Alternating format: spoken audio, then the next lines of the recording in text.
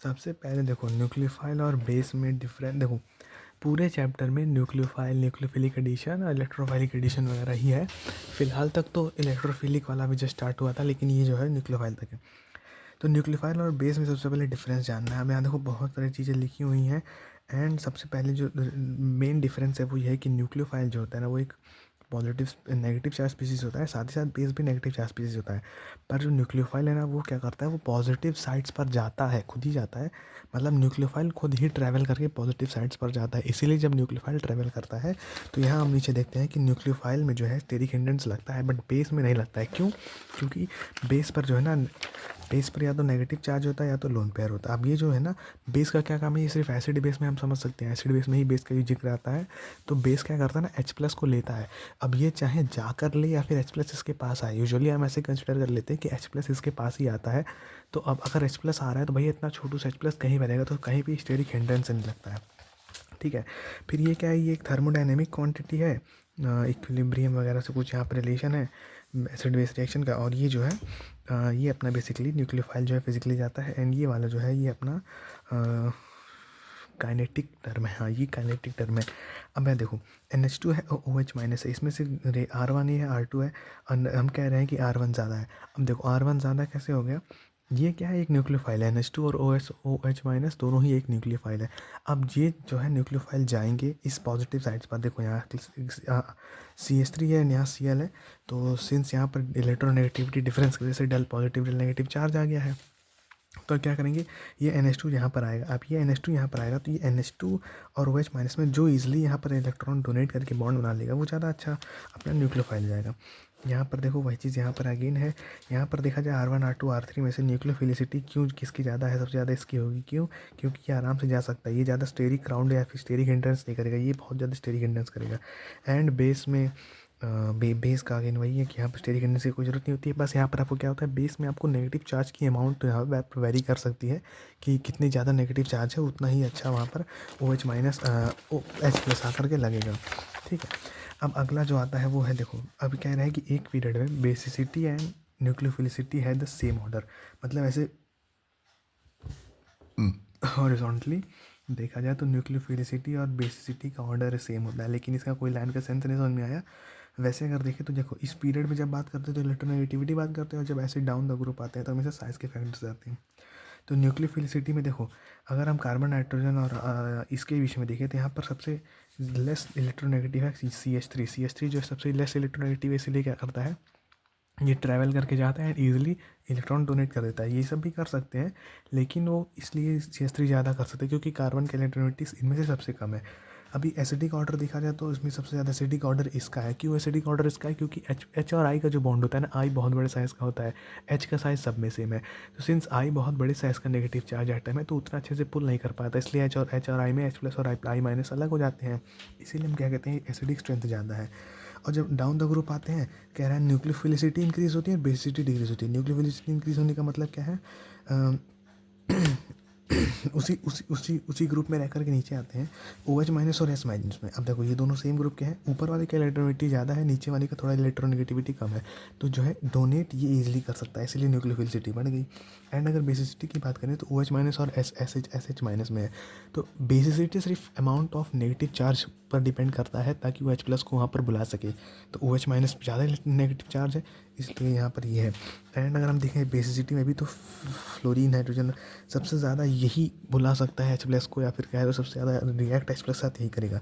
और अगर हम न्यूक्लियोफिलिसिटी में देखें कि न्यूक्लियोफिलिसिटी का क्या मतलब हो गया, जिस पर नेगेटिव चार्ज हो एंड वो इजीली ट्रैवल कर सके एंड वो जो है अपना नेगेटिव चार्ज डोनेट कर सके। न्यूक्लियोफिलिसिटी मतलब ट्रैवल करे और नेगेटिव चार्ज जाकर वहाँ पर रख दे। तो भैया देखो ट्रैवल तो सब कर सकते हैं, लेकिन अगर नेगेटिव चार्ज रखने की कैपेबिलिटी सिर्फ और सिर्फ I माइनस में है। अब इन दोनों में हम चेक भी कैसे करते हैं, अगर देखो जैसे OH माइनस और SH माइनस होता है तो हम यहाँ पर चेक भी कैसे करते हैं बेसिसिटी की स्ट्रेंथ। वो ऐसे है कि H प्लस इसमें जोड़ देते हैं एंड फिर बॉन्ड देखते हैं किसकी स्ट्रॉन्ग है। अगेन वही इलेक्ट्रोनेगेटिव अगर ज़्यादा आइटम होगा तो H प्लस को अच्छे से अट्रैक्ट कर लेगा। फिर देखो if donor atom is same then electronegative nucleophilicity and basicity is same.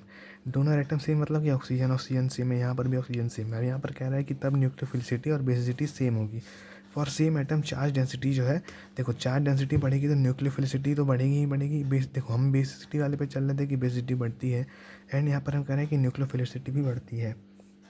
तो यहाँ पर अगर देखा जाए तो चार्ज डेंसिटी किधर है, इस पर अगर हम देखें तो ये इधर की तरफ इलेक्ट्रॉन देगा, चार्ज डेंसिटी ज़्यादा है, यहाँ पे इलेक्ट्रॉन नहीं देगा।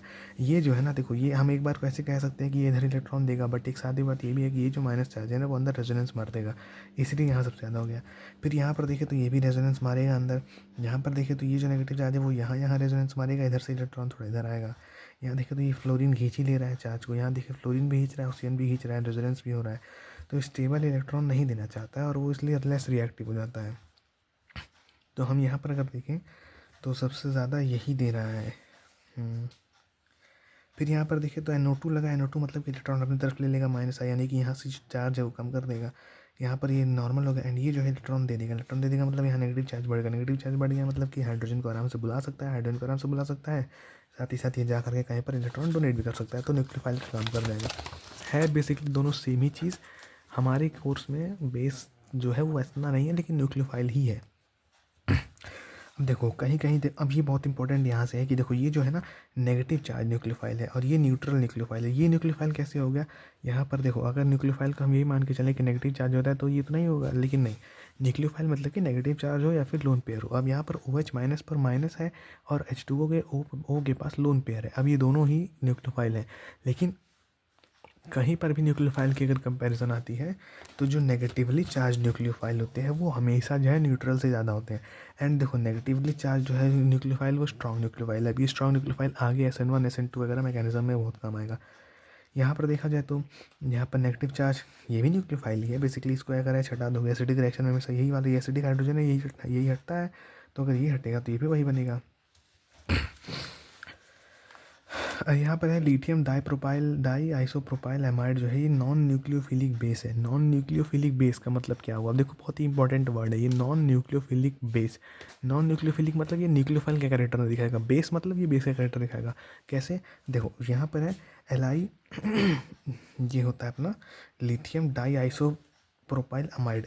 आइसोप्रोपाइल ये है, आइसोप्रोपाइल ये है, अमाइड ये है और लिथियम ये है।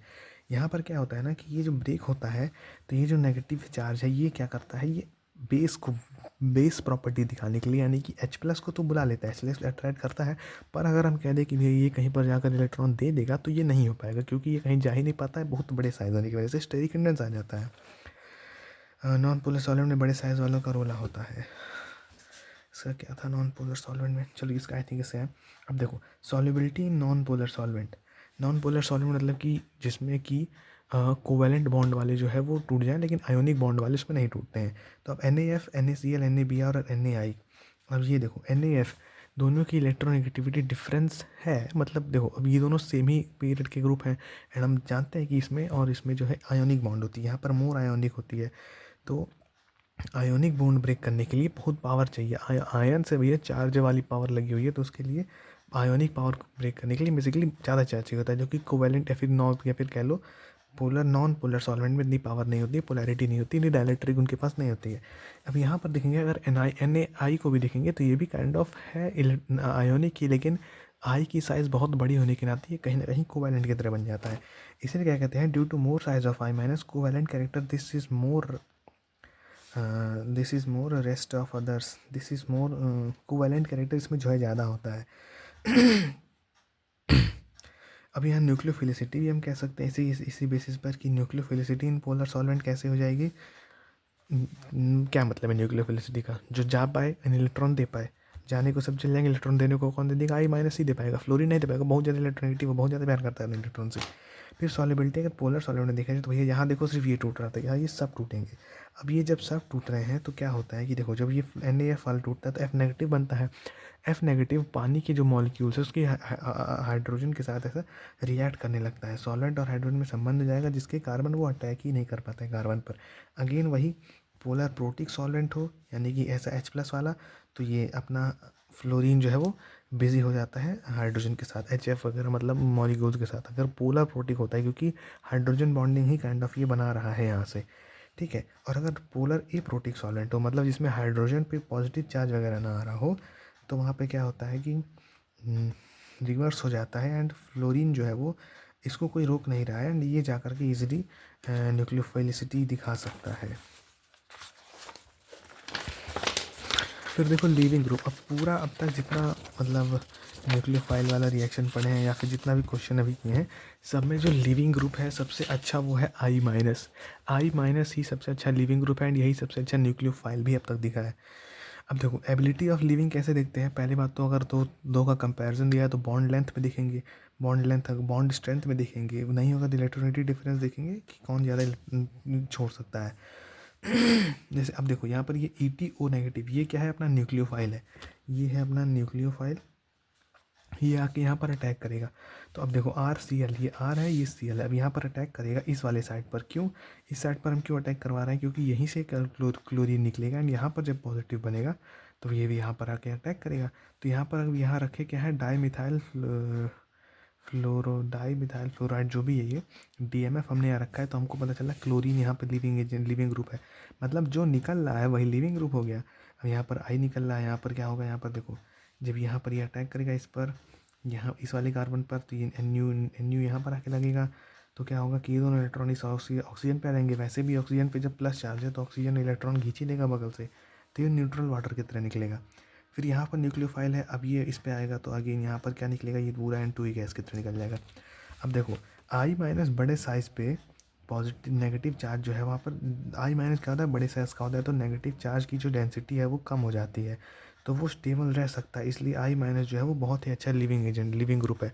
मतलब क्या, लिविंग ग्रुप भी स्टेबल ही होना चाहिए। अगर आप उसको निकाल रहे हो तो आप चेक करोगे कौन अच्छा लिविंग ग्रुप है, कौन वाले में रिएक्शन होगा, तो जब लिविंग ग्रुप निकलेगा तभी रिएक्शन आगे बढ़ेगा। तो आई माइनस पे चार्ज डेंसिटी जो है वो स्टेबल हो जाती है क्योंकि उसके बड़े साइज़ की वजह से, एंड हर चीज़ यहाँ पर पूरे इसमें स्टेबिलिटी पर ही है। अगर कोई चीज़ स्टेबल हो रही है तो ही वो आगे बढ़ रही है। अब देखो I minus is the good nucleophile and पता है, अगर लिविंग ग्रुप जो है वो न्यूट्रल होने वाला है तो सबसे स्टेबल होगा। हाँ ऑब्वियसली बात है, पानी जहाँ भी निकलेगा स्टेबल होगा, एंड गैस कोई भी गैस होगा वो बेस्ट लिविंग ग्रुप होगा। N2 है, N2 तो और ज़्यादा बेस्ट है, पूरे ब्रह्मांड में N2 ही पड़ा है। अब देखो गुड लिविंग ग्रुप के कुछ कैरेक्टरिस्टिक्स है कि लेस बेसिक ग्रुप हो। लेस बेसिक ग्रुप का मतलब इसकी एसिडिक स्ट्रेंथ जो है वो ज़्यादा हो। बेसिक होने का मतलब क्या है, बेसिक स्ट्रेंथ ज़्यादा होना, एंड लेस बेसिक होने का मतलब है एसिडिक स्ट्रेंथ ज़्यादा होना। तो HI हम देखते हैं तो HI में एसिडिक स्ट्रेंथ ऑब्वियसली ज़्यादा होती है क्योंकि वो H+ और I- में जल्दी टूट जाता है।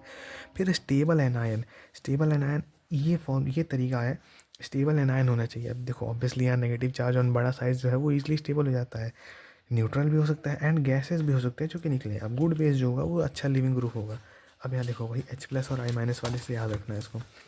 फिर यहाँ पर देखा जाए तो शायद से ये क्वेश्चन है कि लिविंग ग्रुप की एबिलिटी जो होती है वो इंक्रीज़ हो जाती है अगर जो निकल रहा है एनायन, एनायन ही निकलेगा बेसिकली अभी तक न्यूक्लियोफाइल वाले तक। तो वहाँ पर अगर उसकी स्टेबिलिटी ज़्यादा है तो लिविंग ग्रुप की एबिलिटी भी ज़्यादा हो जाती है कि वो आराम से निकल जाए। यहाँ पर देखो ये है और ये है, इसमें कौन लिविंग ग्रुप एबिलिटी है क्या, हम्म, किस बेसिस पे भैया ये, तो देखो यहाँ पर क्या है ना, स्टेबिलिटी चेक करना है। अब देखो स्टेबिलिटी क्या है, जो भी चार्ज आ रहा है आप उसको हमेशा कम करोगे। पॉजिटिव आ रहा है तो पॉजिटिव को कम करके न्यूट्रल ले जाओगे, नेगेटिव आ रहा है तो उसको कम करके न्यूट्रल लाओगे। सबसे ज़्यादा अब देखो ये तो भैया इधर नेगेटिव चार्ज पास कर देगा, ये पास करेगा, लेकिन यहाँ पर ये रेजोनेंस भी हो जाएगा, थोड़ा कम हो जाएगा। तो इससे अच्छा ये होगा क्योंकि ये वाला जो है इसके मुकाबले स्टेबल है। ये क्या है, फ्लोरीन भैया खींच लेगा, सारे इलेक्ट्रॉन ही खींच लेगा, तो ये जो नेगेटिव है लगभग पूरा चलेगा, सबसे ज़्यादा स्टेबल ये हो गया। यहाँ पर देखा जाए तो CH3 है, ऑब्वियसली इधर अपना बेंजीन रिंग में अपना इलेक्ट्रॉन देगा। पर यहाँ पर देखें ना तो ऑक्सीजन के साथ ये 2 बार रेजोनेंस में है, 2 बार रेजोनेंस में है ऑब्वियसली, तो कुछ ना कुछ तो ये नेगेटिव जो है डिस्पर्स हो जाएगा। यहाँ पर देखो CH3 डायरेक्ट इसी कार्बन पर दे रहा है एंड इसी कार्बन पर जो है रेजोनेंस भी हो रहा है। यहाँ पर ये दे तो रहा है लेकिन पूरे रिंग में दे रहा है ना, यहाँ पर तो ये जस्ट इमीडिएट उस कार्बन पर दे रहा है, यानी कि ये स्टेबल ये कम स्टेबल। ये क्या है भैया, ये रिंग, अब देखो कहीं भी ये रिंग होती है ना, पहली बात तो ये रिंग जो है इलेक्ट्रॉन डेंसिटी की ही प्रतीक होती है, तो ये तो भैया इलेक्ट्रॉन डेंसिटी इधर ही देना चाहेगा, तुम कह रहे हो उधर रेजोनेंस नहीं हो पाएगा। फिर ये है कि OTC जो है गुड लिविंग ग्रुप होता है, टॉसिलेट आयन। फिर अब देखो यहाँ से आता है SN2 मैकेनिज्म। SN2 का कुछ मतलब नहीं है, सब्सटीट्यूशन न्यूक्लियोफिलिक सब्सटीट्यूशन 2, यानी कि बाई मॉलिक्यूलर न्यूक्लियोफिलिक सब्सटीट्यूशन। देखो यहाँ पर क्या होता है कि इस वाले स्टेप में जो हम पहले SN1 2 में हम पहले SN2 पढ़ते हैं, इसमें क्या होता है कि इधर से टूट रहा होता है, इधर से फॉर्म हो रहा होता है, ऐसा कुछ इंटरमीडिएट वाला स्टेट बनता है। तो फॉर एग्जांपल के हम ले लेते हैं कि CH3I है, ये RX है, basically halo alkane halo arene का चैप्टर है तो हेलो तो होगा ही, तो CH3I है। अब ये जो है ना देखो इलेक्ट्रॉन, ये क्या है OH नेगेटिव, OH नेगेटिव, ये जो नेगेटिव है ये क्या है, ये अपना है, ये है अपना स्ट्रॉन्ग न्यूक्लियोफाइल। स्ट्रॉन्ग न्यूक्लियोफाइल क्यों कह रहा हूँ, क्योंकि आगे SN1 में हमें पता चलेगा कि जो वीक न्यूक्लियोफाइल जो होते हैं वो SN1 कराते हैं, और जो भी स्ट्रॉन्ग हो गया जिसमें यानी कि जिस पे नेगेटिव चार्ज हो गया वो न्यूक्लियोफाइल जो है वो हमेशा SN2 कराता है। अब ये देखो ये जाएगा एसीटोन के साथ, एसीटोन जो है बेसिकली काइंड ऑफ इसको थोड़ा सा ब्रेक वगैरह करने के लिए हो सकता है। क्या होगा इधर से, देखो अब हुआ क्या है ना, इधर से आई निकला है बट ये जो OH आया है वो बैक साइड से आया है, यानी कि एक न किसी स्टेप में, देखो इस स्टेप में हाइड्रोजन हाइड्रोजन हाइड्रोजन, ये तो 3 हाइड्रोजन था ही, ये कहीं ना कहीं ये बॉन्ड उसी समय फॉर्म हो रहा था जिस समय ये बॉन्ड टूट रहा था, यानी कि ये F है, ये ब्रेकिंग है। तो उसी तरीके से यहाँ पर जो है ना आई नेगेटिव, यानी कि हम हट गए हैं वहाँ से, हमने न्यूक्लियोफिलिक हमारा सब्स्टिट्यूशन हो गया, हमारी जगह कोई और आ गया है। अब इसमें क्या है ना नंबर ऑफ स्टेप, देखो SN2 से ऐसा लगता है कि भैया 2 स्टेप हो गए, नहीं, SN2 का मतलब है 1 स्टेप, बस वही याद रखना है कि उसी स्टेप में फॉर्म होता है, उसी स्टेप में बॉन्ड ब्रेक होता है। काइनेटिक्स इसकी जो होगी वो न्यूक्लियोफाइल और एल्काइल हैलाइड दोनों पर डिपेंड करेगी, ये चीज़ ज़्यादा इंपॉर्टेंट है।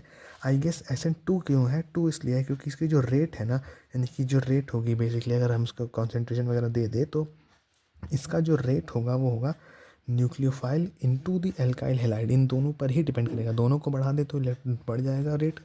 एंड वैसे मॉलिक्यूलैरिटी का क्या मतलब, मॉलिक्यूलैरिटी अब देखो काइनेटिक्स में जब पढ़ेंगे तो ज़्यादा अच्छे से आएगा, बट मॉलिक्यूलैरिटी 2 होती है, याद रख लो, ऑर्डर 2 होता है वो भी 2 होता है।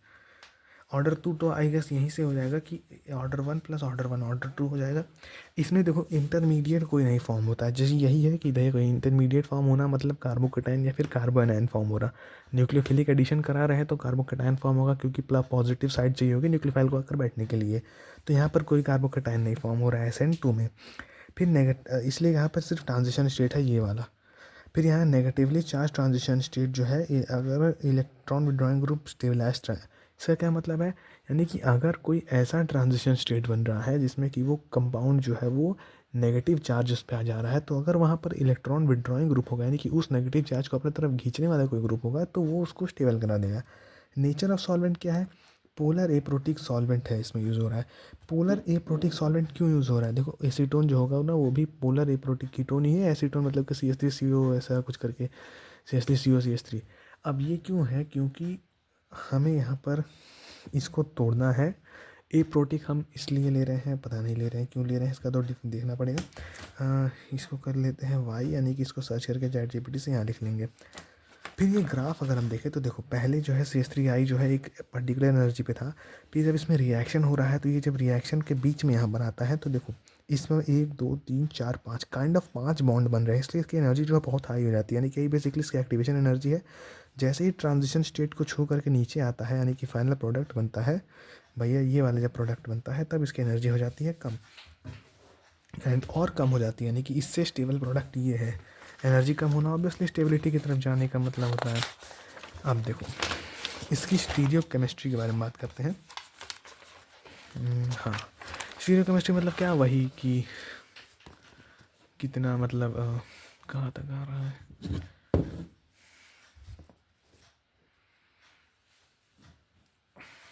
स्टीरियो केमिस्ट्री वही मतलब कैसा अटैक होगा। अब देखो इसमें क्या हो रहा है ना कि अपना जो है जिस टाइम पर एक साइड से बॉन्ड टूटता है उसी टाइम पर दूसरी साइड से बॉन्ड फॉर्म होता है, यानी कि कहीं ना कहीं बैक साइड अटैक हो रहा है। तो अगर I माइनस इधर से निकल रहा है तो OH माइनस को पीछे से आना पड़ेगा ड्यू टू, अब ये ऐसा क्या होता है ना कि देखो इधर अगर इसका सिग्मा है तो इधर सिग्मा स्टार होता है, ज़्यादा डालना नहीं है लेकिन यहाँ लिख रखा हूँ तो ठीक है, सिग्मा स्टार होता है, एंड इसी सिग्मा स्टार में आकर के अपना OH माइनस जो है अपना न्यूक्लियोफाइल कैरेक्टर दिखाता है, यानी कि अपना जो है नेगेटिव चार्ज या फिर लोन पेयर ला करके रख देता है। तब ये क्या करता है पीछे से जुड़ जाता है NaOH एसीटोन। अब देखो NaOH एसीटोन, एसीटोन तो बेसिकली इसको याद रख सकते हैं कि एसीटोन में क्या SN2 में एसीटोन यूज होता है। OH नेगेटिव, ये जो नेगेटिव वाला है ना यही है अपना स्ट्रॉन्ग न्यूक्लियोफाइल, स्ट्रॉन्ग न्यूक्लियोफाइल। अब इसको हम देखो ये जो इन्वर्जन हुआ है बेसिकली CH3D ऐसे ही है, जो H है H भी इधर ही है, मतलब काइंड ऑफ मॉलिक्यूल अगर इधर से हम देख रहे थे। अब देखो ये RS कॉन्फ़िगरेशन का जो थोड़ा है ना, ये अभी आइसोमेरिज्म में यही से थोड़ा डाउट है तो वहाँ पर क्लियर हो जाएगा। मतलब यहाँ पर जो इन्वर्जन होता है उसको वॉलेन इन्वर्जन कहते थे ISC तक, लेकिन अब यहाँ पर अम्ब्रेला इन्वर्जन भी कहेंगे, मतलब अगर कंपाउंड इस तरीके से था तो अब कंपाउंड इस तरीके से हो गया है। रेट ऑफ रिएक्शन अगर देखा जाए तो अब भैया देखो रेट ऑफ रिएक्शन की यहाँ पर बात आ गई है। ये क्वेश्चन ही है एक टाइप से। CH3I सी यहाँ पर एक ये देखो ये 1 डिग्री है, बेसिकली डिग्री की बात ही नहीं कर सकते, यहाँ अकेला ही है। 1 डिग्री है, 2 डिग्री है, 3 डिग्री है। अब इसमें हम कहेंगे कि भैया किधर कौन सा वाला सबसे ज़्यादा फास्ट रिएक्शन दे रहा है। तो हम यहाँ पर देख रहे हैं कि आई, ये वाला सब में आई ही है, I obviously good living agent होगा। तो यहाँ पर सबसे इजी ये होगा। ऐसा क्यों होगा सबसे इजी इसमें? क्योंकि यहाँ पर देखो किसी क्राउडिंग नहीं है, भले क्राउडिंग है, क्राउडिंग किसकी है? हाइड्रोजन की। हाइड्रोजन जो है वो बहुत छोटा साइज़ का होता है, एंड स्पेशली वो न्यूक्लियोफाइल्स वगैरह को न्यूक्लियोफाइल मतलब क्या? न्यूक्लियोफाइल मतलब अपना कोई ना कोई नेगेटिवली चार्ज बड़ा सा स्पीशीज़, उसको हिंड्रेंस नहीं प्रोवाइड करता है। तो ये ईजी, ये वाली प्रोसेस जल्दी हो जाती है। अब यहाँ पर देखो ना, यहाँ पर एक ही स्टेप प्रोसेस है ये, तो एक ही स्टेप प्रोसेस जब ये वाला होगा SN2 वाला, तो भैया रेट डिटरमाइनिंग स्टेप भी इसमें वही वाला स्टेप होगा, इसमें कोई अलग रेट डिटरमाइनिंग स्टेप तो है नहीं। तो अभी क्या होता है कि इसमें जब 1 डिग्री आ जाता है तो थोड़ा सा स्टेरिक हिंड्रेंस मिलता है, 2 डिग्री में और थोड़ा और हिंड्रेंस मिलता है, बट स्टिल वो पीछे से अटैक कर सकता है। अब 3 डिग्री वाला है भैया, ये आप कह एक तरीके से कहे तो ये करता ही नहीं है रिएक्शन, क्योंकि इसको बहुत ही ज़्यादा स्टेरिक हिंड्रेंस मिलने लगती है, मतलब जगह ही नहीं बच रहा है भैया। आप 3 डिग्री है, तीनों पे ये लगा रखे, चलो मान लिया एक बॉन्ड फॉर्मिंग और ब्रेकिंग स्टेज में आओगे भी, तो ये बल्कि ग्रुप है, ये सब भगा देंगे आपको। अगेन यहाँ पर वही चीज़ है, CH3I, CH3Br, CH3Cl, CH3F में कौन सबसे ज़्यादा है? अब देखो ये सेम एटम के लिए था, तो हमने हिंड्रेंस देख लिया। यहाँ पर चलो ये तो सेम हो गया ना। अब हिंड्रेंस तो हमें सिर्फ और सिर्फ जो R ग्रुप होते हैं, यानी कि एल्काइल ग्रुप्स होते हैं, यही सिर्फ और सिर्फ हिंड्रेंस प्रोवाइड करते हैं। अब यहाँ पर लिविंग देखेंगे तो I माइनस स्ट्रॉन्ग लिविंग है, इसलिए वो कर रहा है। अब ये देखो, ये बहुत ही इंपॉर्टेंट है, ये वाला आ रहा है कि अगर फॉर एग्जांपल ये मेरा RX है, ठीक है, ये है मेरा RX। अगर AgNO3 NaNO2 AgCN NaCN और NaN3 और DMF के साथ हो रहा है, तो अलग अलग कैसे होगा? सबसे पहले Ag तो NO2 में होगा, तो अगर देखो सिल्वर जहाँ होता है वो क्या करता है कि सिल्वर में कुछ ऐसा होता है, यहाँ पर लिखे हैं क्या? अच्छा, AgCN है, NaCN है और NO2, हाँ Ag, देखो Ag ऐसे जुड़ता है कि ऑक्सीजन के साथ एक बॉन्ड NO2, और Ag Na के साथ कैसे जुड़ता है? वो बेसिकली दोनों में ही सेम बॉन्डिंग होती है। ये भी जो है ऑक्सीजन और नाइट्रोजन ऐसे ही जुड़ा है, लेकिन सिंस Na जो होता है वो आयोनिक बॉन्ड फॉर्म करता है। सोडियम ऑब्वियसली एकदम से बढ़िया मेटल है, तो वो आयोनिक बॉन्ड फॉर्म करता है, लेकिन सिल्वर यानी कि Ag जो है वो यहाँ पर आयोनिक बॉन्ड ना फॉर्म करके कोवैलेंट बॉन्ड फॉर्म करता है। तो इससे फ़र्क क्या पड़ जाता है कि जब ये कोवैलेंट बॉन्ड फॉर्म करता है तो ये कोवैलेंट बॉन्ड यहाँ टूटता नहीं, क्योंकि ये पोलर सॉल्वेंट है, सॉरी पोलर, वहाँ तो टूट जाना चाहिए, तो यानी ये लॉजिक नहीं है यहाँ पर, मतलब बेसिकली कोवैलेंट बॉन्ड है। तो यहाँ पर क्या होता है ना कि जब कोवैलेंट बॉन्ड बनाता है Ag, ये बात याद रखनी है कि जब Ag कार्बन से कोवैलेंट बॉन्ड बनाता है, इसलिए वो क्या करता है, अब देखो जिस भी चीज़ वहाँ पर, यहाँ फिलहाल तो नाइट्रोजन ही है, तो नाइट्रोजन जो है वो क्या करता है, ऑक्सीजन से ना अटैक करके अपने लोन पेयर से अटैक करता है, क्योंकि ये इसके साथ कोवैलेंट बॉन्डिंग में बिजी है। टूटता ये भी है कि देखो ये भी टूटेगा तभी ना AgBr बनेगा, लेकिन ये अटैक होता है नाइट्रोजन से। वहीं अगर NaNO2 में हम देखें तो ये जो है ये अपना नेगेटिव पॉजिटिव में ब्रेक इसलिए हो जाता है क्योंकि ये आयोनिक बॉन्ड है, एंड आयोनिक बॉन्ड जो है वो कम्प्लीटली जो है चार्ज डिस्ट्रीब्यूटेड होता है, तो कंप्लीट चार्ज देकर के वो टूट भी जाता है। अब ये जब कंप्लीट चार्ज से टूटा, हाँ यहाँ देखो इनकम्प्लीट चार्ज टूटेगा, कह सकते हैं बेसिकली डेल प्लस ही आएगा। यहाँ जब देखो NO2 जब इसके साथ है आयोनिक वाले में बॉन्ड में, तो वहाँ पर थोड़ा सा पूरा कंप्लीट चार्जिंग टूटा है, एंड इस तरीके से बन गया है। AgCN में क्या होता है, देखो AgCN अगेन यहाँ पर ये वाली बॉन्ड जो है ये कोवैलेंट बॉन्ड है, और NaCN में ये कौन सी है, आयोनिक बॉन्डिंग है।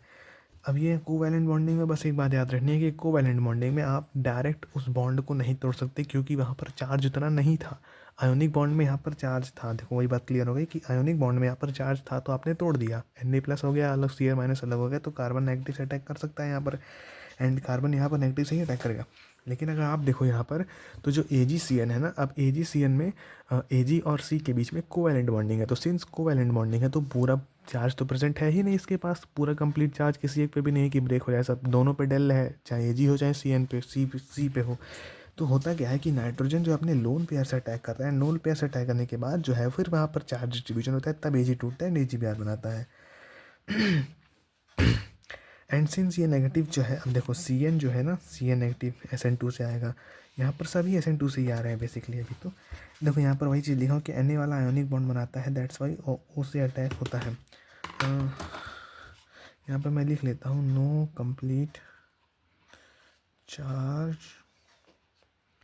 ईदर ऑन Ag और C, दैट्स वाई N का लोन पेयर अटैक्स।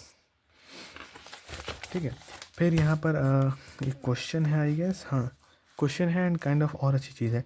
देखो RCl या फिर कह लो RX अपना ये है, LiAlH4 का क्या सीन है, LiAlH4। अब हमको पता है एल्युमिनियम की होती है +3 वैलेंसी, लेकिन अगर इसने यहाँ पर एक ले रखा है, यानी कि कहीं ना कहीं एक एक्स्ट्रा ले रखा है, तो ये क्या करता है, LiAlH4 एक हम यहाँ पर याद भी कर सकते हैं कि ये हाइड्रोजन हाइड्राइड आयन डोनर है, या फिर कह लो न्यूक्लियोफाइल का डोनर है। LiAlH4 जो है वो H- न्यूक्लियोफाइल डोनेट करता है, H- न्यूक्लियोफाइल डोनेट करेगा तो क्या होगा, सिंस यहाँ पर आएगा इधर से टूट के लग जाएगा बेसिकली। अभी यहाँ पर हम वो कार्बोकैटायन की बात तो कर नहीं सकते, SN2 रिएक्शन है। यहाँ पर देखा जाए CH3C कार्बन ने अगेन यहाँ पर ये क्या देगा, ये देगा अपने को Na ब्रेक करेगा एंड इतना पार्ट जो है ना ये होगा अपना न्यूक्लियोफाइल। हम न्यूक्लियोफाइल की बात क्यों कर रहे हैं, क्योंकि हम वही पढ़ रहे हैं, न्यूक्लियोफिलिक एडिशन कर रहे हैं हम, ना कि इलेक्ट्रोफिलिक। तो हमको ये नहीं चाहिए होगा, हमको ये चाहिए होगा, ये न्यूक्लियोफिलिक है। तो अब क्या होगा, ये CH3CH2 हो जाएगा ये, फिर ये इधर से घूम करके आकर ये ऐसे लग जाएगा। फिर अगर हम यहाँ बात करें, ये है अपना Gilman's reagent. Gilman's reagent and Grignard reagent के बारे में जो बात है वो यहाँ लिखी है कि दोनों ही जो होते हैं ना वो R- न्यूक्लियोफाइल लेते हैं। R- न्यूक्लियोफाइल का क्या मतलब है कि कोई भी अल्काइल ग्रुप को न्यूक्लियोफाइल बना करके दे देते हैं, एंड ये बहुत ही इंपॉर्टेंट है, बहुत ज़्यादा इंपॉर्टेंट है ये। तो ये होता है CH3 दो बार CuLi, ये होता है अपना गिलमैन्स रिएजेंट, CH3 दो बार CuLi। ये क्या करता है, Li+ को अलग कर देता है। लिथियम ऑब्वियसली बढ़िया मेटल है एंड शुरू ही वहीं से होता है एल्कली मेटल्स, तो ये अलग हो जाता है एंड ये जो है नेगेटिव को जो है, हाँ एक सेकेंड, कॉपर अलग हुआ ना यहाँ, तो फिर CH3 गिलमैन्स रिएजेंट में, अच्छा यहाँ न्यूक्लियोफाइल जो होता है वो CH3 ही होता है। चलो इसका वो नहीं है कि किस तरीके से होता है, लेकिन वही होता है। ग्रिग्नार्ड रिएजेंट में तुमको पता है भैया RMgX होता है, ये R- छोड़ देता है न्यूक्लियोफाइल, तो न्यूक्लियोफाइल जाकर अटैक कर देगा। फिर यहाँ पर देखो क्वेश्चन है, अल्कोहलिक KOH वाला अभी आगे था तो अभी यहाँ बात नहीं करेंगे, लेकिन बाकी देखें तो अगर हमने इसका देखें AgNO2 का, देखो अभी AgNO2 है, यानी कि Ag जहाँ पर होगा वो क्या करेगा, कोवैलेंट बॉन्डिंग बनाएगा, तो वहाँ पर क्या होगा, नाइट्रोजन से अटैक होगा, नाइट्रोजन से अटैक होगा तो नाइट्रो एल्केन बनेगा।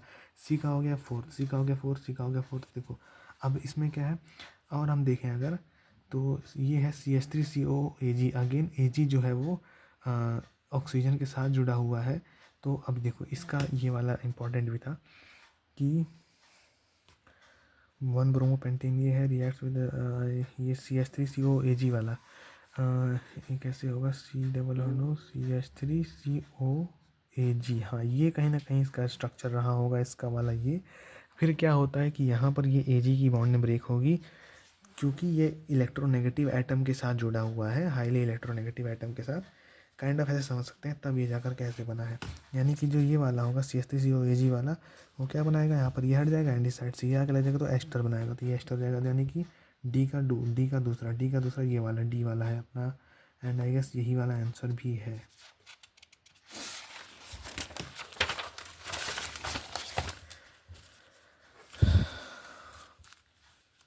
फिर यहाँ पर अगेन वही देखो AgCN और NaCN, यहाँ पर कोवैलेंट बॉन्डिंग नाइट्रोजन अटैक करेगा, आयनिक बॉन्डिंग तो कार्बन का नेगेटिव अटैक करेगा, इसके हिसाब से ये बना है। आयनिक बॉन्डिंग बिटवीन वही चीज़, हाँ चलो वही बात है ये। फिर रिएक्टिविटी का ऑर्डर हम देखें अगर, तो यहाँ पर ये टेबल काइंड ऑफ था कि रिएक्टिविटी का ऑर्डर समझने के लिए कि अगर सिंपल एक RX ऐसे है और अगर डबल बॉन्ड के बगल में ऐसा है तो इसका डबल 80 गुना हो जाता है, फिर ये इसका 200 गुना हो जाता है अटैक करने के लिए। यहाँ पर देखो रीज़न ये हो सकता है ना कि ये जो डबल बॉन्ड, अभी इसका बात करें तो यहाँ पर ये जो है ना क्या होता है कि ये इलेक्ट्रॉन इसमें जब रेजोनेंस करते हैं तो इलेक्ट्रॉन इधर और जाना चाहता है, इसलिए यहाँ पर पॉजिटिविटी बढ़ जाती है बेसिकली। जहाँ पर पॉजिटिवली बढ़ जाए यानी कि कार्बोकैटायन वाला फॉर्म बनने, देखो वैसे SN2 में कार्बोकैटायन बनाते नहीं है, लेकिन अगर वैसा फॉर्म बनता है तो ये हो जाता है। इसका कोई बहुत वो नहीं है, फिलहाल तक तो नहीं आया है। फिर ये क्वेश्चन वगैरह हैं यहाँ पर देखो, सब में मैं लिख रखा हूँ एंड इसको ऐसे ही कर लेंगे, वीडियो बनना बहुत लंबी हो जाएगी। फिर आते हैं SN1 रिएक्शन की तरफ। SN1 मतलब S का मतलब सब्स्टिट्यूशन, N का मतलब न्यूक्लियोफिलिक, 1 का मतलब 1, तो यानी कि यूनिमॉलिक्यूलर सब्स्टिट्यूशन रिएक्शन। अब यूनिमॉलिक्यूलर सब्स्टिट्यूशन रिएक्शन क्या है, देखो SN2 में न्यूक्लियोफाइल जो है वो स्ट्रांग होता है और एल्काइल हैलाइड के साथ होता है, SN1 में क्या होता है, एक ही मॉलिक्यूल पर रिएक्शन रेट और डिपेंड करता है। RX होता है साथ में, अब देखो ये जो होगा ना पोलर प्रोटिक सॉल्वेंट होगा, पोलर प्रोटिक सॉल्वेंट यानी कि H+ वाला सॉल्वेंट होगा। एंड यहाँ पर देखो बेसिक बना क्या, ROH प्लस X-, ये अपना नेगेटिव चार्ज वाला बेसिकली स्पीशीज निकल गया। अब इसका मैकेनिज्म क्या होता है कि पहले जो है, अब उसमें क्या था, उसी प्रोसेस में बॉन्ड फॉर्म हो रहा था एंड पीछे से बॉन्ड आ रहा था, अम्ब्रेला इन्वर्जन, वेल्डन इन्वर्जन हो रहा था। यहाँ वैसा नहीं है, यहाँ थोड़ा अलग है कि पहले ये बॉन्ड ब्रेक होता है वन SN1, लेकिन होता ये 2 स्टेप में है। 1 इसलिए क्योंकि ये जो रेट है ना वो सिर्फ और सिर्फ RX पर ही डिपेंड कर रहा है, इस पर ये नहीं डिपेंड करेगा कि हाँ इधर क्या बन रहा है, उस पर डिपेंड ही नहीं करता है, चाहे ये रहे ना रहे, ये होगा अपने ही विस्तार से। ये जो है ये स्लो प्रोसेस होता है क्योंकि यहाँ बॉन्ड की ब्रेकिंग हो रही है, बॉन्ड ब्रेकिंग होगा एंड बॉन्ड ब्रेकिंग करने में एनर्जी भी ज़्यादा लगेगी। तो बॉन्ड ब्रेकिंग हुआ, एक कार्बोकैटायन बना। अब देखो ये बहुत इंपॉर्टेंट स्टेप है कि SN1 में जो है ना, अब यहाँ पर कार्बोकैटायन बनता है एंड कार्बोकैटायन बनता है तो हम कार्बोकैटायन की स्टेबिलिटी देखना शुरू कर देते हैं एंड रीअरेंजमेंट भी देखना शुरू कर देते हैं। एंड ये सबसे स्लो स्टेप है, इसलिए रेट डिटरमाइनिंग स्टेप भी हो गया। फिर सेकंड स्टेप क्या होता है, अभी जो कार्बोकैटायन है इस पर जो है H2O आता है या फिर कोई भी वीक न्यूक्लियोफाइल आता है, यानी कि वीक न्यूक्लियोफाइल कह लो या फिर काइंड ऑफ न्यूट्रल न्यूक्लियोफाइल कह लो, वो आता है, अपना लोन पेयर से अटैक करता है। लोन पेयर से अटैक करता है, फिर ये है जैसे अब यहाँ पर देखो क्या हो गया, ऑक्सीजन ने लोन पेयर से जोड़ लिया, ऑक्सीजन पे प्लस आ गया तो ये इधर खींच लिया, ये हो गया -H+ एंड ये ROH हो गया। अभी देखो कहीं भी हाइड्रोलिसिस या फिर सॉल्वोलिसिस वर्ड आ जाए तो वो हमारा SN1 ही रिएक्शन होता है। आगे एक जगह आया भी है क्वेश्चन में, क्यों हाइड्रोलिसिस क्यों भैया, क्योंकि देखो यहाँ पर हम H2O यूज़ करते हैं या फिर कोई अल्कोहल ही यूज़ करते हैं। अब यहाँ देखो इसकी काइनेटिक्स क्या है, ये अपने सिर्फ 1 है इसलिए यानी कि रेट इसकी 1 है। नेचर ऑफ सॉल्वेंट कह लो या फिर बेसिकली यही सॉल्वेंट यूज ही होता है। यहाँ पर नेचर ऑफ सॉल्वेंट वही होगा जिसमें OH होगा, OH होगा, OH होगा, ठीक है। इंटरमीडिएट यहाँ बनता है, वहाँ नहीं बनता है, वहाँ सिर्फ ट्रांजिशन स्टेट बनता है, वो इंटरमीडिएट बोलते नहीं है, पर यहाँ पर इंटरमीडिएट बनता है। देखो सबसे पहले RX होता है, फिर ये अपने देखा पहला ट्रांजिशन स्टेट बेसिकली कह लो, ट्रांजिशन स्टेट नहीं कहना चाहिए लेकिन हाँ ब्रेक हुआ तो एनर्जी ज़्यादा लगी है, फिर एनर्जी ज़्यादा लगी है एंड यहाँ पर थोड़ा, एंड उसके बाद दूसरे प्रोसेस में अब देखो ये जितनी बार ये नीचे गिरा है यानी कि उतना इंटरमीडिएट बना है। आगे ये क्वेश्चन है इसलिए बता रहा हूँ कि जितनी बार ये उठने के बाद नीचे गिरा है इंटरमीडिएट के पहले, उतने इंटरमीडिएट बने। अब यहाँ एक इंटरमीडिएट एंड एक फाइनल प्रोडक्ट बना है, ठीक है। रेट तब बढ़ेगा जब स्टेबिलिटी कार्बोकैटायन बढ़ेगा, ये मैंने पहले ही बोल दिया एंड यही चीज़ पूरे क्वेश्चन में आता भी है। SN1 में एक्चुअल बॉन्ड ब्रेक होता है कार्बोकैटायन वाले न्यूक्लियोफाइल वगैरह, यहाँ पर बॉन्ड की ब्रेकिंग रहती है। अगेन यहाँ पर वही है कि solvolysis weak nucleophile, carbocation rearrange हो पाता है एंड ऑल दैट।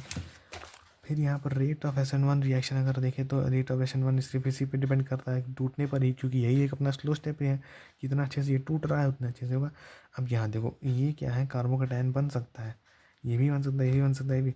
अब देखो उसमें क्या था SN2 में कि वहीं टूटना है वहीं बनना है, तो 3 डिग्री कार्बोकैटायन पर वो काम नहीं कर पा रहे थे क्योंकि वहाँ बेसिकली 3 डिग्री कार्बोकैटायन बन ही नहीं रहा था, वो 3 डिग्री हैलाइड था बेसिकली। हैलाइड को हम तोड़ रहे हैं दूसरी समय जोड़ रहे हैं तो 3 डिग्री पे तो हो नहीं पा रहा था। यहाँ पर ये कार्बोकैटायन पहले बन रहा है, तो कार्बोकैटायन बनेगा तो 3 डिग्री सबसे ज़्यादा स्टेबल होगा, क्योंकि यहाँ पर जो तीनों तरफ से जो है R ग्रुप एल्काइल ग्रुप है वो इसकी इलेक्ट्रॉन डेंसिटी को यहाँ पर बेसिकली बढ़ा देंगे, यानी कि पॉजिटिव चार्ज को कम करके उसको स्टेबल कर देंगे, इसलिए सबसे ज़्यादा होता है। फिर यहाँ पर जब देखेंगे कि देखो सब में ये सब दिख रहा है एंड FCl Br जहाँ भी आ रहा है तो वही लीविंग ग्रुप वाला कॉन्सेप्ट लगाना है।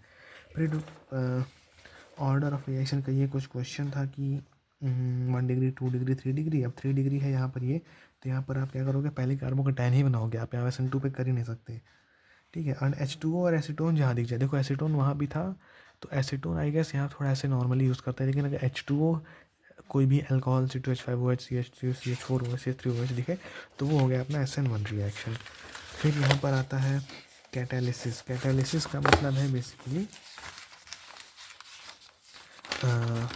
कैटलाइज कर देना, यानी कि स्पीड इंक्रीज कर देना, ऐसा ही कुछ। तो देखो AgNO3 इंक्रीजेज रेट का क्या मतलब है, देखो अपना जो SN1 रिएक्शन है यानी कि जो ये वाला रिएक्शन इसमें कार्बोकैटायन बन रहा है वो उसका रेट किस पे डिपेंड करता है, वो सिर्फ और सिर्फ उसकी ब्रेकिंग की स्पीड पे डिपेंड करता है। तो अगर जो ब्रेक हो रहा है उसको तुरंत वही लेके चला जाए तो वो जल्दी जल्दी ब्रेक होगा, यानी कि अगर Ag में डाल देता हूँ, अब Ag ही क्यों, क्योंकि Ag ही जो है बेसिकली अपनी केमिस्ट्री में Ag ही सबसे अच्छा हैलोजेंस के साथ रिएक्ट करता है, तो यानी कि AgNO3 डाल देता हूँ तो ये जल्दी से इसको लेके भाग लेगा एंड प्रेसिपिटेट आउट कर देगा, तो ये जो है जल्दी बन जाएगा। एक ये हो गया जो भी हमारे बेसिकली क्लोरीन को कैरी आउट कर दे। फिर हम देखें तो ल्यूइस एसिड भी जो है ना वो हैलोजन को कैरी आउट कर सकता है, यानी कि जैसे कि SbAl से ये सब जो है ये ल्यूइस एसिड है। तो ये क्या करते हैं बेसिकली इसके साथ अब यहाँ पर क्या होता है ना, ये जब टूटता है तो बेसिकली समझ सकते हैं कि टूटेगा तो ये लेके भागेगा, लेकिन ये जो ल्यूइस एसिड है ना ये टूटने में हेल्प करते हैं इसकी इलेक्ट्रॉन्स को एक्सेप्ट करके। इलेक्ट्रॉन्स को इधर एक्सेप्ट किया, ये जल्दी जल्दी टूटेगा एंड ऐसे हो जाएगा। फिर कुछ हेल्काइल हेलाइड्स है जो पार्टिसिपेट नहीं करते हैं SN1 रिएक्शन में। SN1 में ही ये प्रॉब्लम होती है हेल्काइल हेलाइड्स की।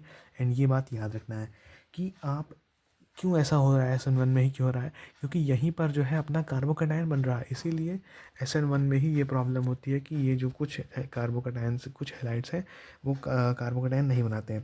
पहला तो 1 डिग्री नहीं बनेगा, दूसरा 2 डिग्री भी नहीं बनेगा। 2 डिग्री आप किसको डिफाइन करोगे भाई, कि इस एक को तो डिफाइन कर सकते हो ना।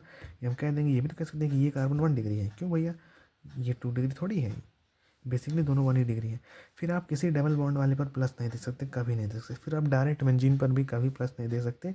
एंड ये जो ब्रिज हेड होता है इस पर प्लस देने का मतलब ही बेकार है, क्योंकि अगर आप ऐसा कर देते तो sp2 होना चाहिए, क्योंकि ब्रिज हेड sp2 हो नहीं सकता है। तो डबल बॉन्ड ट्रिपल बॉन्ड वाले पे कभी आप प्लस नहीं दे सकते, बेंजीन पर भी डायरेक्ट आप प्लस नहीं दोगे, ठीक है।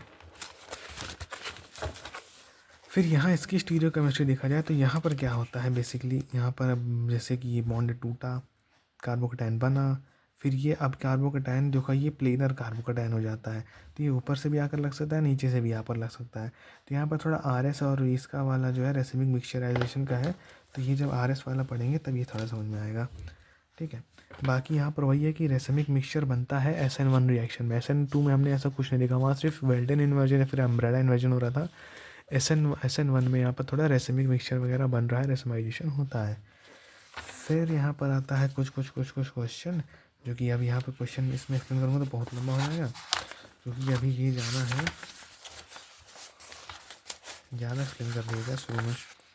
चलो अब यहाँ पर क्या SN1 वर्सेस SN2 का। अब SN2 में डिफरेंस मेन यही है कि SN2 जो होगा वहाँ पर स्ट्रॉन्ग न्यूक्लियोफाइल, यानी कि पूरा एक कंप्लीट नेगेटिव चार्ज वाला न्यूक्लियोफाइल ही आता है। अब ये देखो ये SN1 क्यों नहीं जा सकता, क्योंकि ये 1 डिग्री है, 1 डिग्री पर आप कार्बोकैटायन नहीं बना सकते। कि अब इसको हम क्या करते हैं कि CH3Br अगर है तो हम NaI एसीटोन के साथ इसको ये बना सकते हैं KCl, यानी कि ये भी अगेन ये भी SN2 रिएक्शन जाएगा। SN2 वाला हम कहीं भी कर सकते हैं, उसके लिए ये नहीं है कि आप 1 डिग्री 2 डिग्री में जाओ। CN यहाँ पर अगेन ऐसा, फिर यहाँ पर ये देखो ये भी 2 डिग्री, ये भी SN1 नहीं हो सकता, क्योंकि ये 2 डिग्री दिख नहीं रहा है, बेसिकली 1 ही डिग्री है। इसको देखें तो ये 1 डिग्री, इसको तो ये भी 1 डिग्री कार्बन, ये बन जाएगा H2O। एसीटोन में क्या होगा, SN1 का हिंट है बस।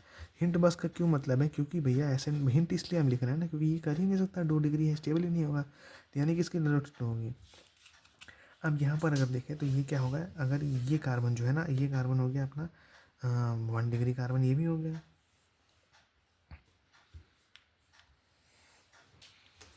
पर यहाँ डबल बॉन्ड की बगल में है, तो डबल बॉन्ड के बगल में ये है, ये सब 2 3, ये देखो ये हो रहा है, क्यों हो रहा है, एंड ये क्यों नहीं हो रहा है। 1 कार्बन 2 कार्बन, यहाँ क्या है 1 कार्बन 2 कार्बन, तीसरा कार्बन आते ही SN1 आप कर सकते हो।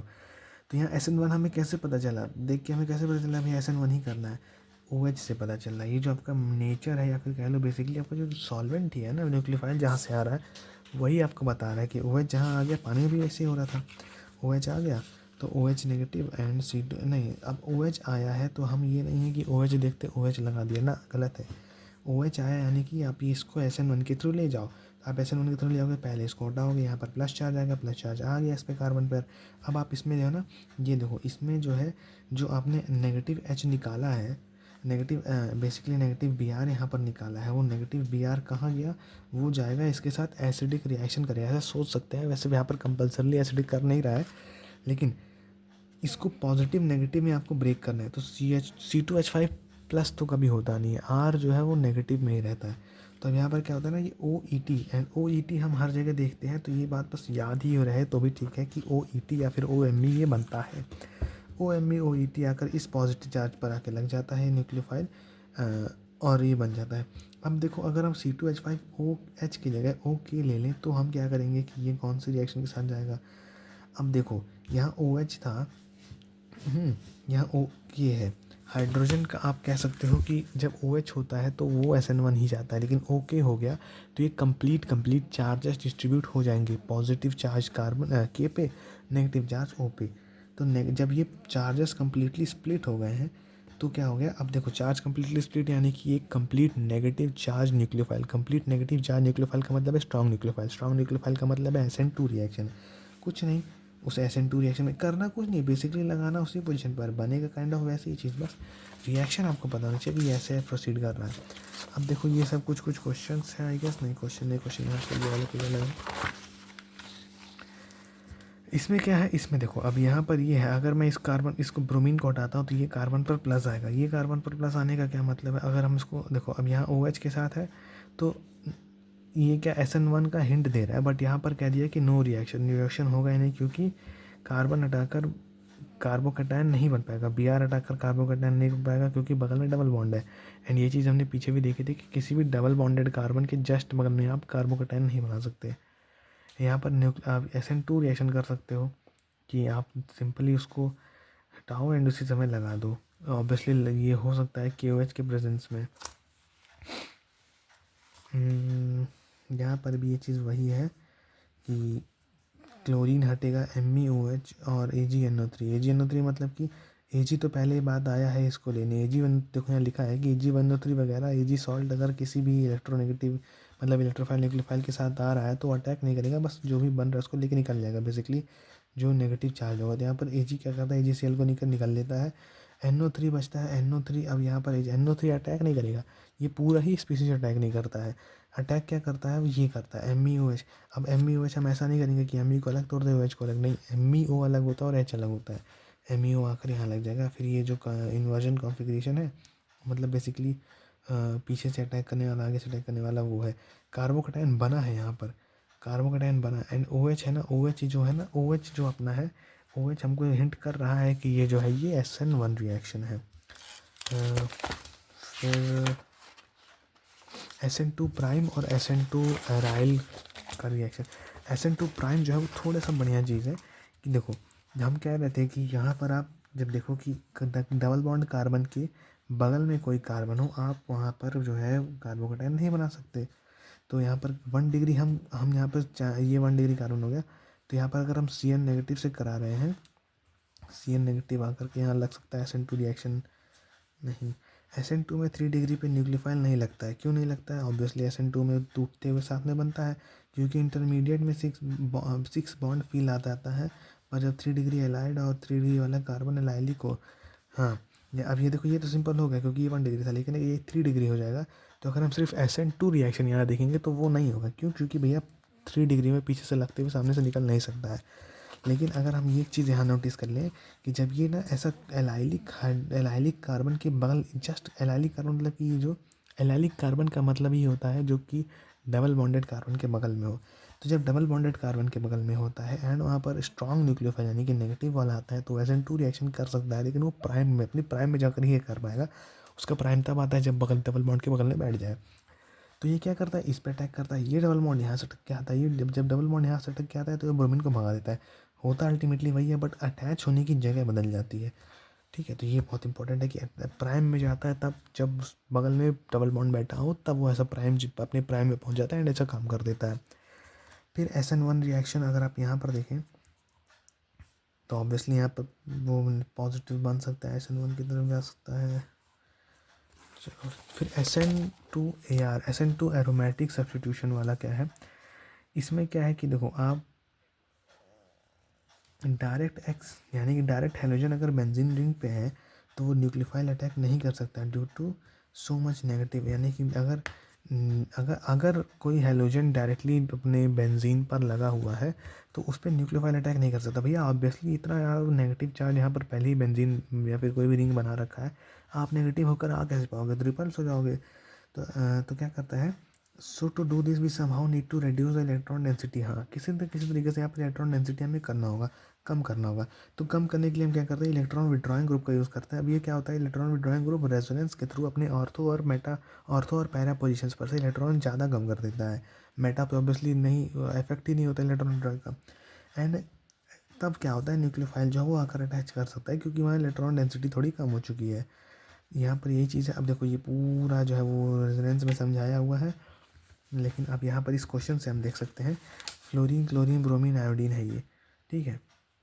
सबसे ज़्यादा रिएक्टिविटी टूवर्ड्स SN2 प्राइम की हम किसकी कह सकते हैं?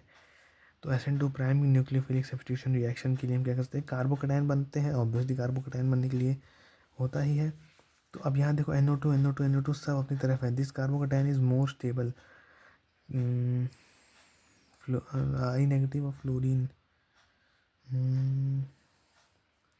reactivity order towards SN2AR. This carbocation is more stable. ये सब तो अपनी तरफ नाइट्रोजन वाले जो है ये अपनी तरफ इलेक्ट्रॉन खींचते हैं। तो ये अगर अपनी तरफ इलेक्ट्रॉन खींच रहे हैं तो फ्लोरीन तो अंदर दे रहा है ना इलेक्ट्रॉन। अच्छा, फ्लोरीन भी नहीं देना चाह रहा है। हाँ, फ्लोरीन भी इलेक्ट्रॉन अंदर थोड़ी देना चाहेगा, फ्लोरीन तो अपनी तरफ होना चाहेगा। यानी कि सबसे कम इलेक्ट्रॉन डेंसिटी यहाँ है, उसके बाद यहाँ, फिर यहाँ, फिर यहाँ। तो ये क्या है कि नेगेटिव जहाँ हम देखो, वैसे हम क्या कहते हैं कि हाँ भैया अटैक करवाना है न्यूक्लियोफिलिक का, तो भैया आपको पॉजिटिव चार्ज वहाँ बनाना पड़ेगा।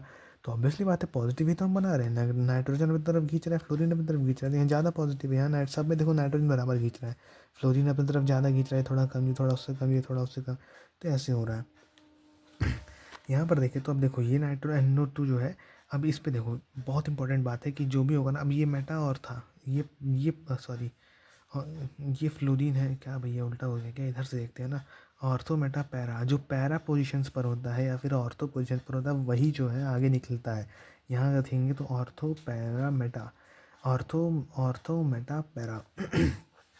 देखो F has NO2 eight para, यानी कि उल्टा लिख दिया यहाँ पर, मतलब कि NO2 के पैरा पर F है, इसलिए आपको जब रिएक्शन होगी तो यही वाला निकलेगा। यही क्यों निकल रहा है? क्योंकि यहीं पर जो है इसका इफेक्ट दिख रहा है कि यहाँ से ये इलेक्ट्रॉन डेंसिटी कम कर लिया, यानी कि यहाँ पर कार्बोकैटायन बन सकता है। बेसिकली वही वाली बात हो गई, सिर्फ वही वाले स्पीसीज हटते हैं जिसके ऑर्थो पैरा पोजिशन पर INS-M वाला लगा हो। अब चाहे इधर से देख लो कि इसके ऑर्थो पैरा पे है या नहीं, या फिर उस स्पीच के ऑर्थो पैरा देख लो कौन लगा है, उसको हटा दो।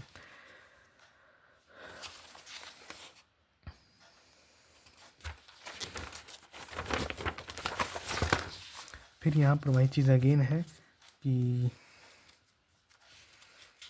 यहाँ बेसिकली वही है, NaOH के साथ NaOH में हम क्या करते हैं, OH माइनस को अटैक करवाएंगे, लेकिन कैसे करवाएंगे? यहाँ पर तो क्लोरीन है और ये बेंजीन रिंग है। बेंजीन रिंग पर अगर क्लोरीन है फिर कोई भी हाइड्रोजन डायरेक्ट लगा होता है तो अटैक नहीं हो पाता है, क्योंकि इसकी इलेक्ट्रॉन डेंसिटी ज़्यादा होती है। इलेक्ट्रॉन डेंसिटी कम करने के लिए NO2 लगाते हैं, यानी कि इलेक्ट्रॉन विड्रॉइंग ग्रुप। जब इलेक्ट्रॉन विड्रॉइंग ग्रुप लगाते हैं तो अपने ऑर्थो और पैरा पोजिशन पर से इलेक्ट्रॉन खींच लेता है।